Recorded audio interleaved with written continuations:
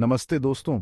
आज हम बात करेंगे बॉम्बे स्टॉक एक्सचेंज में 12 जुलाई 2024 को हुए उस बड़े व्यवधान के बारे में। इस तकनीकी खराबी ने एक्सचेंज के ट्रेडिंग सिस्टम की कमजोरियों को उजागर कर दिया, जिससे ट्रेडर्स को काफी नुकसान हुआ।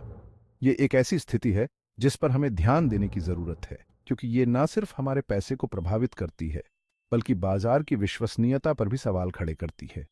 अब बात करते हैं कि आखिर हुआ क्या था। 12 जुलाई को एक तकनीकी खराबी के कारण ट्रेडिंग रुक गई, जिससे बहुत से ट्रेडर्स मुश्किल में फंस गए। सोचिए, आप किसी महत्वपूर्ण ट्रेड के बीच में हैं और अचानक सब कुछ ठहर जाता है। ठीक यही ट्रेडर्स के साथ हुआ, और इसका आर्थिक असर तुरंत और गंभीर था।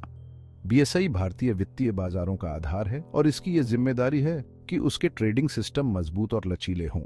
जब ये सिस्टम फेल होते हैं, जैसे कि हुए, तो एक्सचेंज को आगे आकर प्रभावित ट्रेडर्स को मुआवजा देना चाहिए। इस स्थिति से निपटने का एक सही तरीका ये होगा कि उस दिन के सभी ट्रेड्स को रद्द कर दिया जाए, सिवाय उनके जो इस खराबी से पहले अपने ट्रेड्स बंद करने में कामयाब रहे।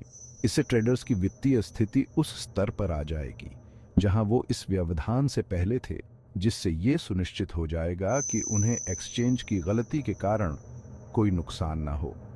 बीएसई को चाहिए कि वो ट्रेडर्स को मुआवजा देने पर भी विचार करे, भले ही इसके लिए बीएसई के अपने शेयर बेचने पड़े।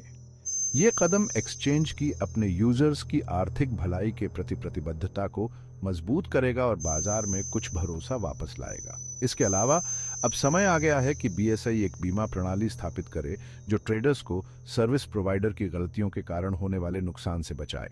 इसे पारंपरिक बीमा पॉलिसियों की तरह समझिए, जहां बीएसई एक फंड में प्रीमियम जमा करता है, जिसका इस्तेमाल तकनीकी खराबियों के दौरान ट्रेडर्स को मुआवजा देने के लिए किया जाता है। ये ट्रेडर्स के लिए एक बहुत जरूरी सुरक्षा जाल होगा और बीएसई को ऑपरेशनल इंटीग्रिटी के उच्च मानकों को बनाए रखने के लिए प्रोत्साहित करेगा।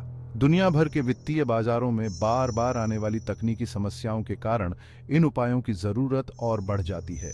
सेबी जैसे नियामक संस्थानों को बीमा प्रणालियों को अपनाने और सख्त इंफ्रास्ट्रक्चर विश्वसनीयता प्रोटोकॉल को अनिवार्य करना चाहिए।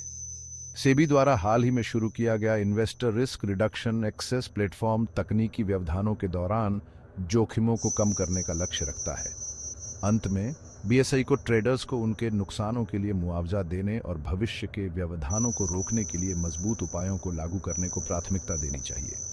ट्रेडर्स के नुकसान को कवर करने के लिए बीएसई के शेयरों को बेचना और ऐसी आकस्मिक स्थितियों के लिए एक बीमा ढांचा स्थापित करना बाजार की स्थिरता और निवेशकों के भरोसे को काफी बढ़ाएगा।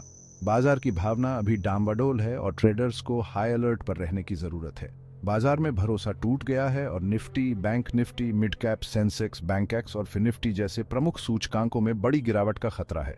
बड़ी गिरावट की संभावना बहुत ज्यादा है। बीएसई की गड़बड़ी नेशनल स्टॉक एक्सचेंज यानी एनएसई के बारे में भी चिंताएं पैदा करती हैं। अगर बीएसई जैसा बड़ा वित्तीय बाजार ऐसी विफलता का अनुभव कर सकता है, तो एनएसई भी तकनीकी खराबियों या साइबर हमलों के लिए समान रूप से संवेदनशील है। एनएसई के लिए अपने साइबर सुरक्षा उपायों को बढ़ाना और अपने ट्रेडिंग इंफ्रास्ट्रक्चर की मजबूती सुनिश्चित करना बहुत जरूरी है।